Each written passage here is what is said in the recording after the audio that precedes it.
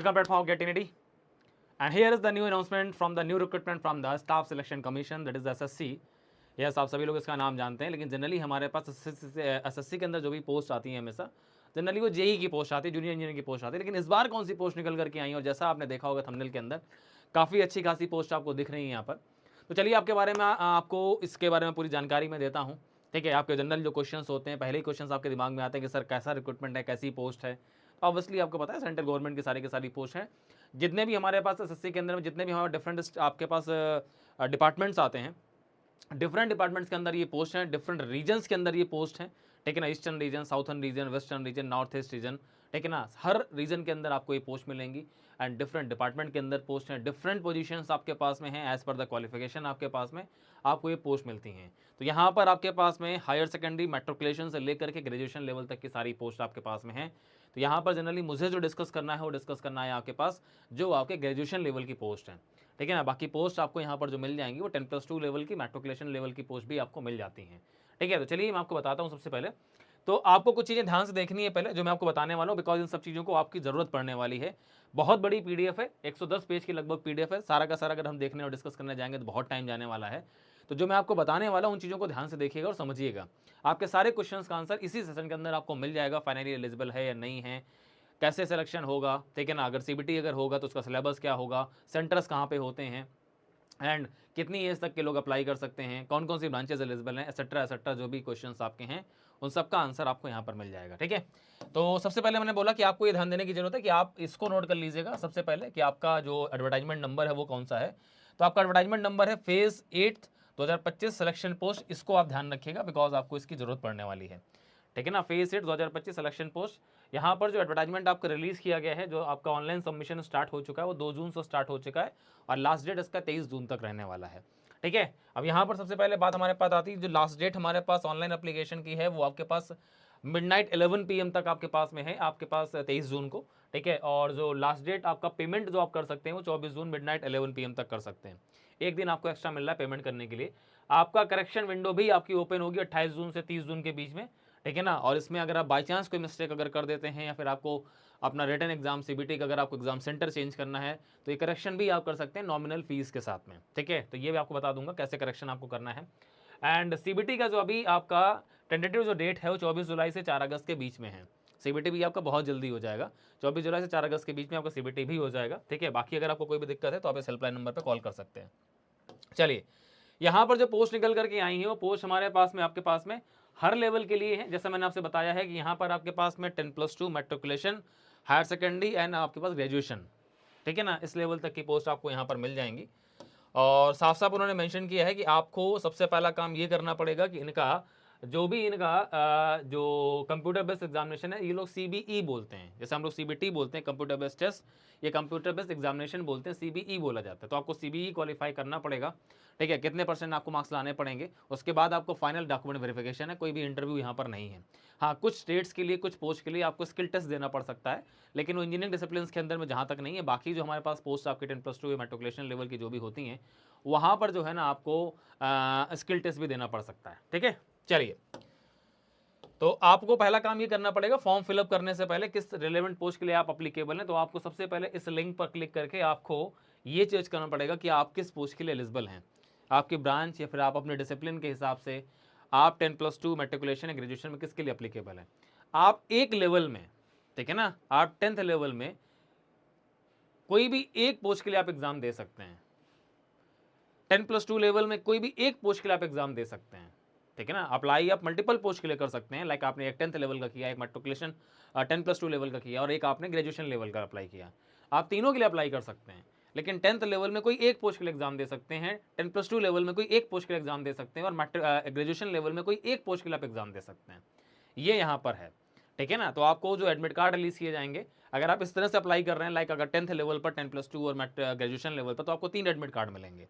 ठीक है ना, तो वहाँ पर आपके पास में क्या होगा, आपके पास में आपका जो डेट होगा इन सभी का एग्जाम का वो अलग अलग होगा, बिकॉज तीनों का पोस्ट आपका अलग अलग होगा।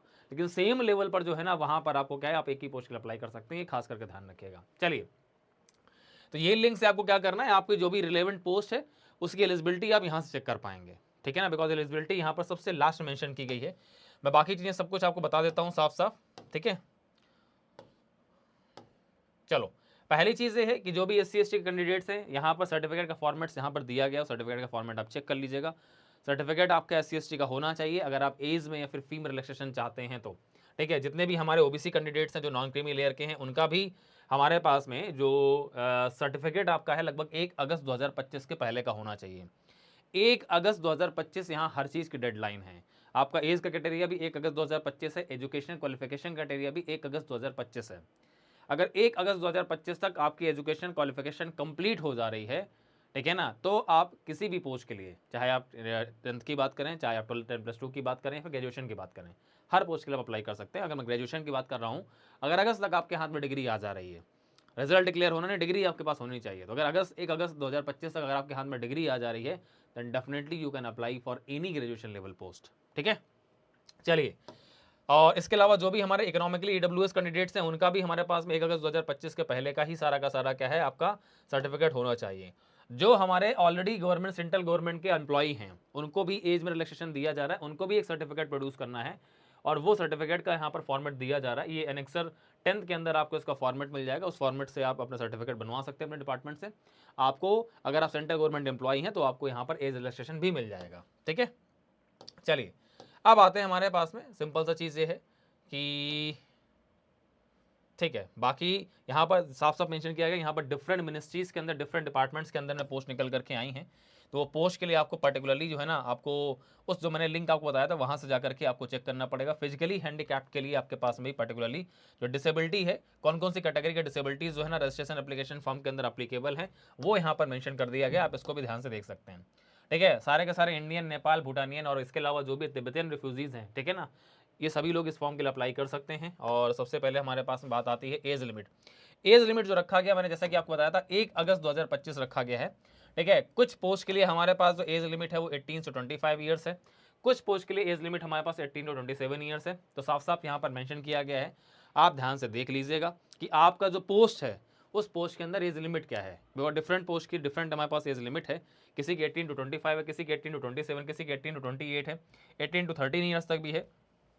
तो यहाँ पर साफ साफ मेंशन किया गया कि इस डेट के पहले और इस डेट के बाद आपका डेट ऑफ बर्थ नहीं होना चाहिए, ये साफ मेंशन किया गया। तो ये चीज़ अपनी आप यहाँ से क्रॉस चेक कर लीजिएगा जिस भी पोस्ट के लिए आप अप्लाई करने जा रहे हैं, ठीक है। चलिए, और डेट ऑफ बर्थ के प्रूफ के लिए आपको मैट्रिकुलेशन, आपका सेकेंडरी लेवल का जो भी एग्जामिनेशन सर्टिफिकेट है वो आपको प्रोड्यूस करना पड़ेगा।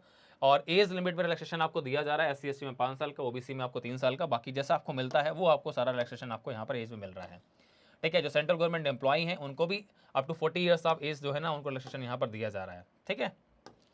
और एक्स सर्विस मैन के अंदर भी आपको बेनिफिट मिल जाएगा। और ठीक है, सर्टिफिकेशन आपका सब लेटेस्ट ईयर का होना चाहिए, खास करके ध्यान रखिएगा, ठीक है। करंट फाइनेंशियल 2024-25 के अंदर आपका सर्टिफिकेट EWS कैटेगरी का इशू हुआ है, ठीक है, तो वो यहाँ पर चल जाएगा। चलिए, फिजिकली हैंडीकैप के लिए यहाँ पर बोला गया है, आधार कार्ड के थ्रू आपका वेरिफिकेशन होगा। 1 टाइम रजिस्ट्रेशन आपको करना पड़ेगा SSC की वेबसाइट में जाकर के, उसके बाद ही आप इस फॉर्म को फिलअप कर पाएंगे। तो इन्होंने पूरा का पूरा प्रोसेस यहाँ पर दिया हुआ है, कैसे आप इस फॉर्म को फिलअप कर सकते हैं, ठीक है ना। चलिए, क्रूशियल डेट जो रखी गई मैंने पहले बता दिया, क्वालिफिकेशन के लिए और एज लिमिट के लिए वो 1 अगस्त 2025 रखी गई है। इन्होंने साफ साफ मेंशन किया है, या फिर किसी पोस्ट का अगर एक्सपीरियंस चाहिए तो वो भी 1 अगस्त 2025 है, ठीक है ना। तो 1 अगस्त 2025 तक तुम्हारे पास सब कुछ होना चाहिए, आपका एज कंप्लीट होना चाहिए, आपके पास एसेंशियल क्वालिफिकेशन जो भी उस पोस्ट के लिए है वो कंप्लीट होना चाहिए, ठीक है ना। अगर आप अभी फॉर्म फिलअप कर रहे हैं और आपके पास में, अगर आपके पास डिग्री नहीं है लेकिन 1 अगस्त 2025 तक डिग्री अगर आ सकता है, तो आप इस फॉर्म को बिल्कुल फ्री का फिलअप कर सकते हैं। जो भी फाइनल ईयर के स्टूडेंट्स हैं वो इस फॉर्म को फिलअप कर सकते हैं, लेकिन 1 अगस्त 2025 तक आपके पास में, आपके हाथ में डिग्री होना चाहिए, ठीक है ना। ये ध्यान रखिएगा, आपकी डिग्री में डेट मेंशन होती है, वो डेट 1 अगस्त 2025 के पहले होनी चाहिए, ठीक है। आपका रिजल्ट डिक्लेयर हो गया, आपके पास डिग्री नहीं है, बिकॉज आपके पास CBE के बाद में नेक्स्ट स्टेप जो आपका है वो डॉक्यूमेंट वेरिफिकेशन का है। डॉक्यूमेंट वेरिफिकेशन के टाइम पर आपका एसेंशियल क्वालिफिकेशन अगर डिस्क्राइब डेट तक अगर आपका कंप्लीट नहीं है, डिग्री में अगर 1 अगस्त 2025 के पहले का डेट अगर नहीं मेंशन है, तो फिर वो आपका कैंसिल कर देंगे, ठीक है। ये खास करके ध्यान रखिएगा। बाकी अगर आपको डाउट है, ठीक है, अगर कोई ऐसा अगर लग रहा है कि नहीं ऐसा नहीं हो सकता, कुछ डाउट्स हैं, तो जो टोल फ्री नंबर दिया गया वहाँ पर आप कॉल करके पता भी कर सकते हैं, ठीक है। चलिए, अप्लाई करने के लिए यहाँ पर साफ साफ मेंशन किया गया कि SSC की वेबसाइट पर जाकर के आपको, और पहले आपको 1 टाइम रजिस्ट्रेशन करना पड़ेगा OTR के थ्रू, वहाँ से एक आपका जनरेट होगा न्यू OTR नंबर, उसके थ्रू आप क्या कर सकते हैं, पर्टिकुलरली पोस्ट के लिए जाकर के सेपरेटली आप अप्लाई कर सकते हैं, ठीक है। और कुछ चीज़ें मैं आपको और बता देता हूँ फटाफट, फिर मैं आपका आता हूँ जो चीज़ें आपके लिए रिक्वायरमेंट है, ठीक है। एप्लीकेशन फ़ीस यहाँ पर मेंशन की गई 100 रुपीज़ फ़ीस आपको पे करनी है, जो भी हमारे पास में जनरल, ईडब्ल्यूएस और ओबीसी कैंडिडेट्स हैं। इस 24 जून तक आप फीस पे कर सकते हैं। इसके अलावा देखिए ना, women candidates and the candidates belonging to SC ST category, उनको कोई भी फीस यहाँ पर पे नहीं करनी है, ठीक है। एंड इसके अलावा आपको अगर करेक्शन जब भी करना होगा, ये ध्यान रखिएगा, करेक्शन की जो विंडो ओपन होगी 28 जून से 30 जून तक करेक्शन विंडो ओपन होगी। अगर आप कोई करेक्शन करना चाहते हैं तो इस डोनेशन में करेक्शन करने के लिए 3 दिन के अंदर में कोई भी, अगर आप नॉर्मल फर्स्ट टाइम करेक्शन करने जाएंगे तो फर्स्ट टाइम करेक्शन करने में आपको 200 रुपीज़ पे करना होगा, कुछ भी अगर आप करेक्शन करना चाहते हैं। उसके बाद भी अगर आपको करेक्शन करना है देन यू हैव टू पे 500 रुपीज़। तब आपको अगर दोबारा आप करेक्शन करने जाएंगे सेकंड टाइम तो आपको 500 रुपीज़ पे करना होगा, ठीक है। उसके बाद कभी भी आप करेक्शन करेंगे 500 रुपीज़, ठीक है, ये ध्यान रखिएगा। तो करेक्शन के लिए किसी भी जेंडर के हैं कोई मतलब नहीं है, अगर आपको करेक्शन करना है तो करेक्शन का चार्ज आपको देना पड़ेगा, ये ध्यान रखिएगा। ऐसा नहीं कि आपने पहले फीस नहीं दिया है बट करेक्शन भी आपका फ्री हो जाएगा, गर्ल्स के लिए अगर करेक्शन फ्री हो जाएगा, ऐसा नहीं है, आपको चार्ज देना पड़ेगा करेक्शन का, ठीक है। सीबी जो आपका होगा, सीबी के सेंटर्स यहाँ पर दिए गए हैं, name of examination centre, centre code जो आपका सीबी का होगा वो हमारे पास डिफरेंट रीजन्स के अंदर, सेंट्रल रीजन के अंदर बिहार और यूपी आता है, इसके अंदर हमारे पास में क्या है आपका, ठीक है, ये पर्टिकुलरली सिटीज़ हैं जो हमारे पास में सेंटर होंगी, ठीक है, डिफरेंट जो हमारे पास में एसएससी के सेंटर्स हैं। ईस्टर्न रीजन के अंदर अंडमान निकोबार, आइसलैंड, झारखंड, ओडिशा, सिक्किम, वेस्ट बंगाल आता है, वहाँ पे इतने सारे सेंटर्स होंगे आपके, आपका सिटी, आपका डेफिनेटली आपका सिटी इन सेंटर्स के अंदर आ जाएगा, जिस भी सिटी से आप बिलोंग करते हैं। बाई चांस अगर आपका नहीं है तो आपका नियर बाई सिटी आपका डेफिनेटली होगा। कर्नाटका केरला रीजन के अंदर हमारे पास लक्षद्वीप, कर्नाटका एंड केरला के अंदर इतने सिटीज़ हमारे पास आ जाएंगे, ठीक है। इसके बाद हमारे पास जो रीजन है Madhya Pradesh region, MPR region, north eastern region NER हमारे पास में है, उसमें इतने सिटीज़ हमारे आ जाएंगे। नॉर्थन रीजन के अंदर दिल्ली, राजस्थान, उत्तराखंड आता है, उसमें ये सिटीज़ आ जाएंगे, ठीक है। और नॉर्थन वेस्टर्न रीजन, मतलब इन्हीं रीजन के अंदर पोस्ट भी हैं।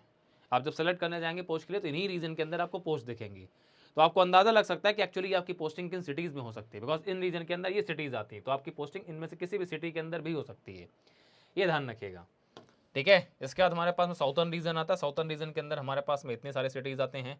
वेस्टर्न रीजन के अंदर हमारे पास ये सारे सिटीज़ हमारे पास आते हैं, ठीक है। तो आपके पास में प्रेफरेंस ऑफ एग्जामिनेशन आपको केयरफुली फिलअप करना होगा, जब भी आप एग्जामिनेशन सेंटर फिलअप करने जा रहे हैं तो केयरफुली आप अपनी प्रेफरेंस ऑफ एग्जामिनेशन फिलअप करिएगा, ये चॉइस आपको वहाँ पर मिलेगी। स्कीम ऑफ एग्जामिनेशन साफ साफ मेंशन किया गया, सभी का एग्जाम का पैटर्न यही है, ये कॉमन है सभी का, ठीक है ना, चाहे वो 10+2 लेवल का हो, चाहे वो हमारे पास में आपका मेट्रिकुलेशन लेवल हो, चाहे ग्रेजुएशन लेवल हो, स्कीम ऑफ एग्जामिनेशन सबका सही सेम है, मतलब पैटर्न सबका सेम रहने वाला है। 25 क्वेश्चन जनरल इंटेलिजेंस के होंगे, 25 क्वेश्चन जनरल अवेयरनेस के, 25 क्वेश्चन क्वांटिटेटिव एप्टीट्यूड के, 25 जनरल इंग्लिश के, ठीक है ना, और हर एक क्वेश्चन आपके पास 2 मार्क्स का है। और यहाँ पर 60 मिनट का टाइम आपको मिलेगा, जो स्क्राइबल लेकर के आते हैं, जिनको फिजिकली हैंडीकैप्ट है, जिनको स्क्राइब की जरूरत पड़ती है, उनके लिए टाइमिंग आपका 80 मिनट्स का है। और यहाँ पर आपके पास में 0.50 मार्क्स की नेगेटिव मार्किंग भी होगी, ठीक है ना, ये खास करके ध्यान रखिएगा। एग्जामिनेशन मल्टीपल शिफ्ट के अंदर आपको मिलेगा, ठीक है ना। एग्जामिनेशन जो आपका होगा वो हिंदी और इंग्लिश दोनों लैंग्वेज में आपको मिलेगा। क्वालिफाइंग नेचर का है, इसको आपको क्वालिफाई करना है, क्वालिफाई करने के बाद फाइनली आपकी जो होगी, क्वालिफाई अगर आप कर लेते हैं उसके बाद आपकी मेरिट लिस्ट बनेगी, उसके बाद आपका डॉक्यूमेंट वेरिफिकेशन होगा, ठीक है ना। कुछ के लिए आपका स्किल टेस्ट भी होगा, कुछ पोस्ट के लिए, वो आप ध्यान रखिएगा। आपका आंसर कीज भी आएंगे, आंसर कीज में अगर आपको चैलेंज करना है, चैलेंज करने के लिए 100 रुपीज़ पर क्वेश्चन आप जो है ना चैलेंज का चार्ज भी आपको पे करना पड़ेगा अगर आपको प्रॉब्लम होती है। मेट्रिकुलेशन लेवल का जो आपका सिलेबस है वो यहाँ पर दिया गया है, जनरल इंटेलिजेंस, जनरल अवेयरनेस का, ठीक है ना, क्वांटिटेटिव एप्टीट्यूड का, आपका इंग्लिश लैंग्वेज का। जो हायर सेकेंडरी 10+2 लेवल का आपका सिलेबस है वो यहाँ पर दिया जा रहा है, जनरल इंटेलिजेंस का, जनरल अवेयरनेस का, ठीक है। सबका सिलेबस में थोड़ा थोड़ा चेंजेस है, वो आप सिलेबस ध्यान से देखिए, क्वांटिटेटिव एप्टीट्यूड का एंड इंग्लिश लैंग्वेज का। ग्रेजुएशन या फिर उससे ऊपर के जो लेवल है उनका सिलेबस जो है ना यहाँ पर दिया जा रहा है, जनरल इंटेलिजेंस का, ठीक है ना, verbal and non verbal type दोनों आपके पास यहाँ पर दिया जा रहा है, ठीक है। एंड इसके बाद में आपके पास जनरल अवेयरनेस का आपको ये टॉपिक्स कवर करने, क्वांटिटेटिव एप्टीट्यूड के अंदर आपको ये कवर करना है, ठीक है। और इंग्लिश लैंग्वेज, मतलब जो आप बाकी एग्जाम्स के लिए पढ़ते हैं वही हमारे पास रहेगा। मैं आपको हमेशा बोलता हूँ एसएससी के पीवाईक्यूज लगाइए, एसएससी के प्रॉपर पीवाईक्यूज लगाइए, ठीक है ना, तो आपका पूरा जो है ना सिलेबस यहाँ से कवर अप हो जाएगा, ठीक है ना। एडमिशन के लिए जैसे मैंने आपसे बोला कि आपके पास में पर्टिकुलरली पोस्ट के अंदर में जो भी आपने अप्लाई कर रखा है, ठीक है, उसके हिसाब से आपको एडमिट कार्ड इश्यूज़ किए जाएंगे, ठीक है। और जो आपको एडमिट कार्ड मिलेंगे वो 10 days before the date of examination, 10 दिन पहले आपको जो है ना एग्जामिनेशन डेट जो भी रिलीज होगी उसके 10 दिन पहले आप अपना एडमिट कार्ड जो है ना वो डाउनलोड कर पाएंगे, ठीक है। चलिए, आपको अपने एग्जामिनेशन सेंटर के अंदर इनमें से कुछ भी आपको लेकर के जाना पड़ेगा एज ID प्रूफ। देन आपको आपका अगला जो स्टेप होगा वो डॉक्यूमेंट वेरिफिकेशन का होगा, ठीक है। तो उसके लिए जो भी आपके डॉक्यूमेंट्स हैं सारे के सारे वो भी आपको इशू किया जाएगा, जिसके अंदर सारे एसेंशियल क्वालिफिकेशन आपके जो होंगे, एक्सपीरियंस सर्टिफिकेट, कास्ट सर्टिफिकेट, और इसके अलावा जो भी आपके एजुकेशन क्वाल सर्टिफिकेट्स हैं सब कुछ आपको लेकर के जाना है, ठीक है। अगर कहीं पर ऑलरेडी आप जॉब कर रहे हैं किसी भी सेंट्रल गवर्नमेंट डिपार्टमेंट में तो आपको एनओसी भी लेकर के जानी पड़ेगी। मैं सेंट्रल गवर्नमेंट की बात कर रहा हूँ एनओसी के लिए। अगर आप किसी पीएसयू के अंदर में हैं तो भी आपको एनओसी लेकर के जानी पड़ेगी। चलिए, सिलेक्शन प्रोसेस साफ साफ यहाँ पर दिया गया है, तो मैं एक चीज़ आपको और शो कर देता हूँ, ठीक है ना। हाँ, यहाँ पर एक चीज़ मेंशन की गई है, जो कॉमन कैंडिडेट्स हैं। कॉमन कैंडिडेट मतलब ये है कि जो 10+2 मैट्रिकुलेशन और ग्रेजुएशन तीनों में अप्लाई कर रहा है, उसको कॉमन कैंडिडेट बोला गया है। और ये बोला गया common candidate must appear only once in the examination for one level of post, ठीक है ना। एक लेवल पोस्ट, जो मैट्रिकुलेशन लेवल की पोस्ट है उसमें आपको एक बार ही अपीयर होने दिया जाएगा, बिकॉज हर पोस्ट के लिए एग्जाम सेम होगा, इसीलिए बोला जा रहा है। तो मैट्रिकुलेशन के लिए एक बार अपीयर हो सकते हैं, 10+2 के लिए एक बार अपीयर हो सकते हैं, ग्रेजुएशन के लिए एक बार, ठीक है ना। तो आप हर पोस्ट के लिए, हर लेवल के लिए एक बार अपीयर हो सकते हैं, ये खास ध्यान रखिएगा अगर आप मल्टीपल पोस्ट के लिए अप्लाई कर रहे हैं। Otherwise their candidature will be considered, ठीक है। आपको कट ऑफ मार्क्स तो क्लियर करने हैं, ठीक है। अगली कैटेगरी में पहुंचने के लिए, अगले स्टेज में पहुंचने के लिए अनरिजर्व्ड को 30% मार्क्स लेकर के आने हैं, ओबीसी डब्ल्यूएस को 25% मार्क्स लाने, और अदर कैटेगरीज जो भी एससी एसटी और फिजिकली चैलेंज उनको 20% मार्क्स लेकर के आने हैं for approaching toward the next stage, ठीक है ना। डॉक्यूमेंट वेरिफिकेशन अगर आपको पहुंचना है, जहां पर वैकेंसीज 5 से कम है वहां पर जो कॉलिंग रेशियो होगा वो 1:30 के बेसिस पर कॉल किया जाएगा डॉक्यूमेंट वेरिफिकेशन के लिए, जो मेरिट लिस्ट बनेगी, ठीक है ना। जहां पर हमारे पास में आपकी वैकेंसीज 5 से ज़्यादा हैं वहां पर जो कॉलिंग रेशियो रहेगा 1:15 में रहेगा। मिनिमम 150 लोगों को कॉल किया जाएगा जहां वैकेंसीज आपके पास में 5 से ज़्यादा हैं, ठीक है ना। 1:15 में रखा जाएगा, ये ध्यान रखिएगा। चलिए, तो ये सब कुछ आप देख सकते हैं, ठीक है। इसके अलावा उन्होंने फिर बाकी सर्टिफिकेट्स के फॉर्मेट भी यहाँ पर दिए हुए हैं, ये सब कुछ आप आराम से पढ़ सकते हैं, किस कंडीशन में आपको जो है ना डिबार भी किया जा सकता है, सब कुछ यहाँ मेंशन किया गया है। फॉर्म कैसे फिलअप करना है, फॉर्म फिलअप करने का सब कुछ दिया गया है इन्होंने, ठीक है। एक एक स्टेप यहाँ पर दिया गया, एप्लीकेशन फॉर्म कैसे आपको फिलअप करना है, सारे सर्टिफिकेट्स के फॉर्मेट ये दिए जा रहे हैं, आप इनको भी देख सकते हैं, ठीक है। अभी तक पोस्ट क्लियर नहीं हुई है, मैं पोस्ट की तरफ आपको अप्रोच कर रहा हूँ, मैं बाकी सारा डेटा मैं पहले आपको बता दूँ, ठीक है। एप्लीकेशन फॉर्म कैसे फिलअप करना है ये भी यहाँ पर दिया जा रहा है, ठीक है। पहले आप OTR वन टाइम रजिस्ट्रेशन करेंगे, उसके बाद बाकी आप पोस्ट के लिए अप्लाई करना स्टार्ट करेंगे, तो ये सब कुछ यहाँ दिया जा रहा है, आप इससे यहाँ से देख सकते हैं अगर कोई प्रॉब्लम आती है फॉर्म फिलअप करने में, ठीक है। अब आते हैं हमारे पास, लास्टली अप्रोच कर रहे हैं हम लोग आपका जो पोस्ट डिटेल्स हैं, ठीक है ना, किस डिपार्टमेंट में कौन सी कितनी पोस्ट निकल करके आई हैं, तो अभी हम लोग उसकी तरफ अप्रोच कर रहे हैं। हाँ, ये हमारे पास यहाँ से आपका ये सारी की सारी पोस्ट हैं, जैसा कि आपको दिख रहा होगा, ठीक है। ये सारी हमारे डिफरेंट पोस्ट निकल करके आई हैं, तो आप यहाँ से चेक कर सकते हैं कि एक्चुअली आप किस पोस्ट के लिए अप्लाई करना चाहते हैं, बिकॉज आपके पास में आप ग्रेजुएशन लेवल के लिए भी अप्लाई कर सकते हैं, 10+2 के लिए अप्लाई कर सकते हैं, मैट्रिकुलेशन के लिए अप्लाई कर सकते हैं, जैसा आपका मूड है, ठीक है। तो इसको थोड़ा मैं छोटा कर ले रहा हूँ बिकॉज थोड़ा सा ये कट सकता है। हाँ,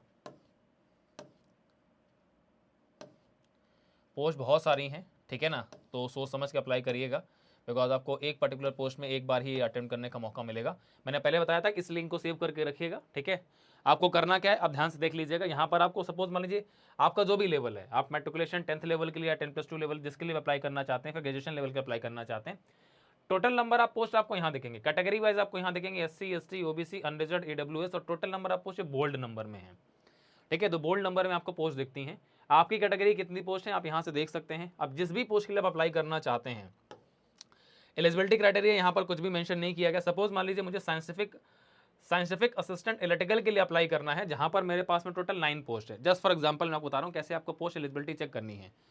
साइंटिफिक असिस्टेंट इलेक्ट्रिकल के लिए अप्लाई करना है, पहले देखिए रीजन क्या है, ये सेंट्रल रीजन की पोस्ट और इसका कोड है CR 10625, ठीक है ना। तो आपको सेंट्रल रीजन CR 10625 आपको ये सर्च करना पड़ेगा, ठीक है। तो आप उस लिंक पर जो ऊपर दिया तो उसमें क्लिक करेंगे तो आपका ये पेज ओपन होगा। यहाँ से पहले आप एग्जामिनेशन सेलेक्ट करेंगे, कौन सा एग्जामिनेशन है। तो मैंने आपको बताया था स्टार्टिंग में आपको ध्यान रखना है, आपका जो एग्जामिनेशन है लास्ट वाला है, फेज 8 2025 सिलेक्शन पोस्ट, ये एग्जामिनेशन है। रीजन आपको सेलेक्ट करना है, आपने सेंट्रल CR देखा था, सेंट्रल रीजन है आपका CR का मतलब। अब यहाँ पर आप सर्च करेंगे, सर्च करने पर आपको क्या करना है, यहाँ पर बहुत सी पोस्ट निकल करके आ गई, बहुत सी पोस्ट है यहाँ पर, ठीक है। तो आप यहाँ पर सर्च करने जाएंगे, आपको बहुत टाइम लगेगा। तो आपको सर्च करना था उस पर्टिकुलर पोस्ट के लिए जो आपने देखा था CR 10625, तो आप यहाँ पर जाएंगे तो यहाँ पर आपको पोस्ट दिख जाएगी CR 10625, ये रही पोस्ट CR 10625। आप इसमें क्लिक करेंगे, आपके पास सेंट्रल रीजन के साइंटिफिक असिस्टेंट के इलेक्ट्रिकल की पोस्ट आ गई, जिसका पे स्केल ये है। अब इसकी एलिजिबिलिटी क्राइटेरिया क्या है, क्या इसके कंडीशंस हैं, तो आप यहाँ पर क्लिक करेंगे इस आई पर, तो आपको पता चल जाएगा, ठीक है ना, कि यहाँ पर साइंटिफिक असिस्टेंट एनालिटिकल की पोस्ट है, अब प्लेस ऑफ पोस्टिंग आपकी इस रीजन में होगी, और यहाँ पर आपके पास में जो जॉब जो ड्यूटी है वो वहाँ पर जो आपका पोस्ट है, एसेंशियल क्वालिफिकेशन के अंदर मास्टर डिग्री फिजिक्स में होना चाहिए या फिर बैचलर इंजीनियरिंग बैचलर टेक्नोलॉजी होना चाहिए, बीटेक डिग्री आपका होना चाहिए electrical engineering, electrical electronics engineering, electronics and telecommunication engineering के अंदर में, और institution with 1 year experience in the relevant field, 1 साल का आपको एक्सपीरियंस यहाँ पर बोल रहा है वो, ठीक है ना। और एक्सपीरियंस आपके पास में क्या होना चाहिए, रिलेवेंट फील्ड का एक्सपीरियंस होना चाहिए जिस पर्टिकुलरली डिपार्टमेंट की हमारे पास पोस्ट है, मतलब आपको एक्सपीरियंस चाहिए टेस्टिंग का, वैल्यूएशन कंसर्न लेबोरेटरी सैंपल का, इस चीज़ का आपके पास एक्सपीरियंस होना चाहिए, materials calibration maintenance of instrument, इसका आपके पास में 1 साल का एक्सपीरियंस होना चाहिए, ठीक है ना। तो वो आपने बाई चांस अगर कोई R&D में काम किया है तो वो चीज़ आपकी हो जाती है, या फिर आपने कभी अपने अगर जूनियर फेलोशिप अगर इस तरह कोई अगर आपने पोस्ट में काम किया है तो वो आपका यहाँ पर पोस्ट कंसीडर कर दिया जाता है। कोई भी स्किल टेस्ट की रिक्वायरमेंट आपका नहीं है, ठीक है। जो ये पोस्ट है मिनिस्ट्री ऑफ आपका consumer affairs food and public distribution के अंदर डिपार्टमेंट जो आपका है ये है, ठीक है। और आपका जो एडिशनल डिटेल्स आपकी यूजर डिपार्टमेंट की, वो national test house Kolkata, age limit 18 से 30 साल दी जा रही है, ठीक है ना। मिनिमम आपका 18 से मैक्सिमम 30 साल तक की आपके पास एज दी जा रही है। क्लासिफिकेशन ग्रुप बी की नॉन गेस्टेड पोस्ट है, तीनों हमारे पास जेंडर्स के लिए अप्लीकेबल है, ठीक है ना, ये आपके पास में है। और यहाँ पर फिजिकली कैंडिडेट कौन कौन से अप्लीकेबल हैं, तो यहाँ पर सिर्फ OH कैटेगरी के लोग अप्लीकेबल हैं, ठीक है ना। और कैटेगरी वाइज वैकेंसी के डिटेल्स भी यहाँ पर दिया जा रहा है, जो 9 वैकेंसीज आपने देखी थी ना, तो उसमें हमारे पास 9 में यहाँ भी उन्होंने क्या किया है, आपका सेपरेशन कर दिया है कि अनरिजर्व्ड की 3 पोस्ट हैं, ST की 1 है। इस तरह से आप देख सकते हैं अपनी पूरी डिटेल्स, जो भी आपके पास में क्या आप फॉर्म फिलअप करना चाहते हैं, ठीक है। तो वो पोस्ट आपको ध्यान से बाहर से देखनी पड़ेगी इस PDF से, ठीक है। यहाँ से आप इस PDF से अपनी पोस्ट देख सकते हैं और उसके लिए आप अप्लाई कर सकते हैं, ठीक है। तो ग्रेजुएशन लेवल की जो भी आपकी पोस्ट है, ठीक है, उसको आप ध्यान से देख करके आप यहाँ से अप्लाई कर सकते हैं, ये मैंने आपको बता दिया है। तो जो भी आपकी पोस्ट है उसको आपको देखना पड़ेगा, बिकॉज यहाँ पर कहीं भी एलिजिबिलिटी आपको नहीं दिखेगी, आपको पर्टिकुलर पोस्ट के लिए एलिजिबिलिटी वहीं से जाकर के चेक करनी पड़ेगी। बहुत अच्छी खासी पोस्ट है, ठीक है, जो मैंने चेक किया है। मैं एग्जाम्पल के लिए भी केमिकल की पोस्ट आपको दिखा दे रहा हूँ, बिकॉज केमिकल के स्टूडेंट्स हमारे सारे के सारे अगर देखते हैं, ठीक है, तो मैं केमिकल की पोस्ट आपको दिखा दे रहा हूँ एक बार।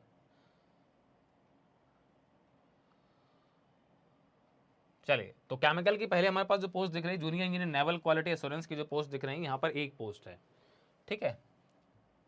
इसके बाद दूसरी मुझे केमिकल असिस्टेंट की पोस्ट दिख रही है। केमिकल असिस्टेंट की जो पोस्ट है ये ग्रेजुएशन लेवल की पोस्ट है, लेवल 6, एज ईयर 18 से 30, और यहाँ पर 56 नंबर आप पोस्ट हैं, ठीक है। तो ये तो मैक्सिमम नंबर आप पोस्ट वाली मैंने आपको दिखा दी। बाकी इस तरह से आप देखेंगे तो 2, 4, 6, 8, 10 इस तरह की वैकेंसी बहुत सारी इसके अंदर हैं। तो 56 नंबर आप पोस्ट आपको यहाँ पर मिल रही हैं। ये आपको दिख रहा है, SC में 5 हैं, ST में 12 हैं, और EWS में 10 है हमारे पास में, OBC में 23 हैं, शायद जनरल में 23 होंगी, और ये EWS में जहाँ तक 6 होंगी और OBC में 10 होंगी, ठीक है ना। ये हमारे पास टोटल आपके पास पोस्ट है। Central revenues control laboratory department of revenue के अंदर आपकी केमिकल असिस्टेंट की ये पोस्ट निकल करके आई है, 56 नंबर आप पोस्ट। इसको अगर आप चेक करेंगे तो ये पोस्ट नॉर्थन रीजन के अंदर है, उसके जो पोस्ट कोड है नॉर्थन रीजन 14825, ठीक है ना। तो इसको हम यहाँ से वापस जाएंगे और अभी हम जाएंगे नॉर्थन रीजन की तरफ, ठीक है ना। और नॉर्थन रीजन के अंदर हमारे पास अगर सर्च करेंगे तो जो पोस्ट कोड था, मैं दोबारा देख ले रहा हूँ, दैट इज़ 14825, ठीक है। मैं यहाँ सर्च कर ले रहा हूँ 14825, इसका एलिजिबिलिटी क्राइटेरिया क्या आपको पता चल जाएगा अभी, ठीक है। तो इस तरह से आप जाकर के, ये रहा 14825 नॉर्थन रीजन के अंदर हमारे पास केमिकल असिस्टेंट की पोस्ट है, लेवल 6, ठीक है। ये इसका पे स्केल है। और यहाँ पर अगर आप देखने जा रहे हैं हमारे पास में, तो यहाँ पर आपको प्रॉपरली पूरा वैकेंसी का डिटेल पता चल जाएगा। केमिकल असिस्टेंट की पोस्ट है, initial place of posting AICSL के अंदर में होगी। Chemical analysis export import samples custom central excise samples exciting analysis of narcotic sample, ये आपके पास जॉब रोल होगा, ठीक है। लेवल ऑफ एग्जामिनेशन साफ साफ ग्रेजुएशन दिया गया, बैचलर डिग्री या तो केमिस्ट्री में होना चाहिए, या फिर 2 ईयर एक्सपीरियंस आपका chemical analysis research in government department atomic statutory body recognised institution ministry of public sector, ठीक है। अगर आपके पास इसका अगर एक्सपीरियंस है तो आप इस पोस्ट के लिए अप्लाई कर सकते हैं। मतलब बेसिकली इन्होंने ग्रेजुएशन डिग्री यहाँ पर केमिस्ट्री का मांगा है, ठीक है ना।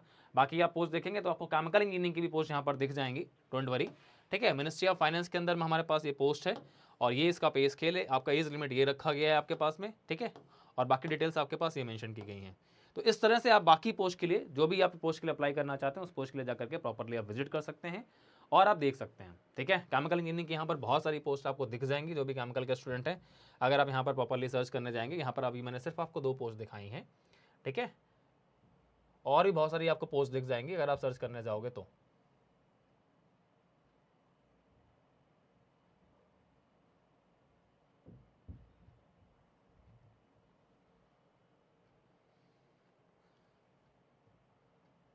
ठीक है। सीनियर टेक्निकल असिस्टेंट केमिकल की पोस्ट हमारे पास ग्रेजुएशन लेवल की एक ये भी पोस्ट हमारे पास यहाँ पर एक पोस्ट है ये, और दूसरी साइंटिफिक असिस्टेंट केमिकल की यहाँ पर 15 पोस्ट हमारे पास में है, ठीक है।